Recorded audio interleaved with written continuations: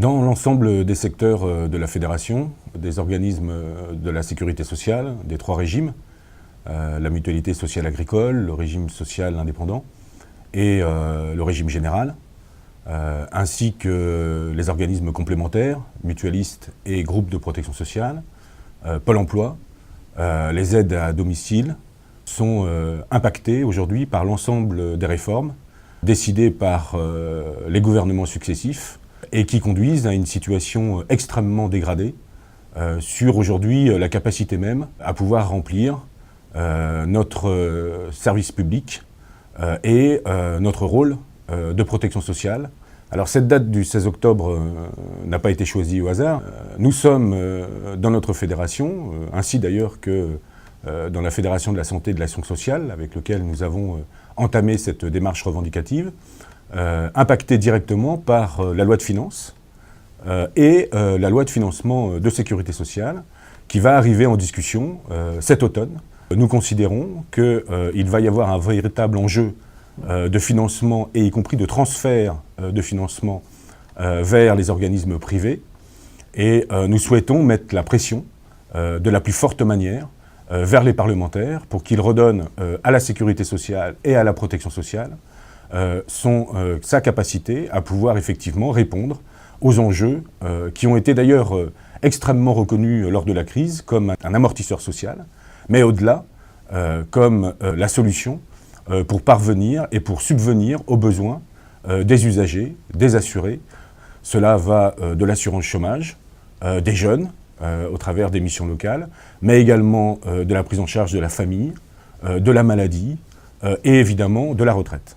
On est effectivement sur une reconquête de la sécurité sociale, mais qui s'inscrit pour nous plus largement dans une reconquête de la protection sociale, à savoir effectivement une couverture complète sur l'ensemble des difficultés que peuvent rencontrer la population française. Donc c'est bien redonner à la sécurité sociale et à la protection sociale sa capacité, notamment financière, pour répondre aux enjeux modernes d'une société digne du XXIe siècle. L'argent, il y en a. Par exemple, le dernier rapport de la Cour des comptes explique qu'aujourd'hui, la fraude des employeurs, au travers notamment du travail non déclaré, des heures supplémentaires non payées, ou de l'abus de contrats à durée déterminée et d'intérimaires, s'élève aujourd'hui entre 20 et 25 milliards. Or, aujourd'hui, le trou de la sécurité sociale, si tant est qu'il existe, est estimé à 11 milliards. Ce qui veut dire que si l'argent qui était dévolu à la sécurité sociale était apporté à son financement, elle serait excédentaire mécaniquement de milliards, qui nous permettrait non seulement de résoudre le problème des déremboursements, de résoudre le problème des congés maternité, de résoudre le problème de l'ensemble de la prise en charge des soins et de l'accès aux soins, mais également de répondre aux problèmes des personnels de la protection sociale, qui sont celui des salaires et des conditions de travail. Ce qui se passe sur la protection sociale et la sécurité sociale concerne l'ensemble de la population française. Et c'est le sens qui a été choisi par la Confédération générale du travail d'interprofessionnaliser l'action du 16 octobre, parce qu'aujourd'hui, nous n'avons pas le choix que de descendre dans la rue, que de créer le rapport de force pour défendre cette conception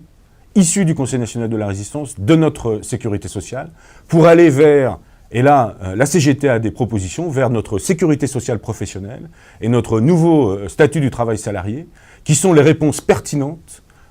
pour une société juste et égalitaire. Le 16 octobre est une date extrêmement importante, et j'invite l'ensemble des salariés à descendre dans la rue pour revendiquer un autre choix de société.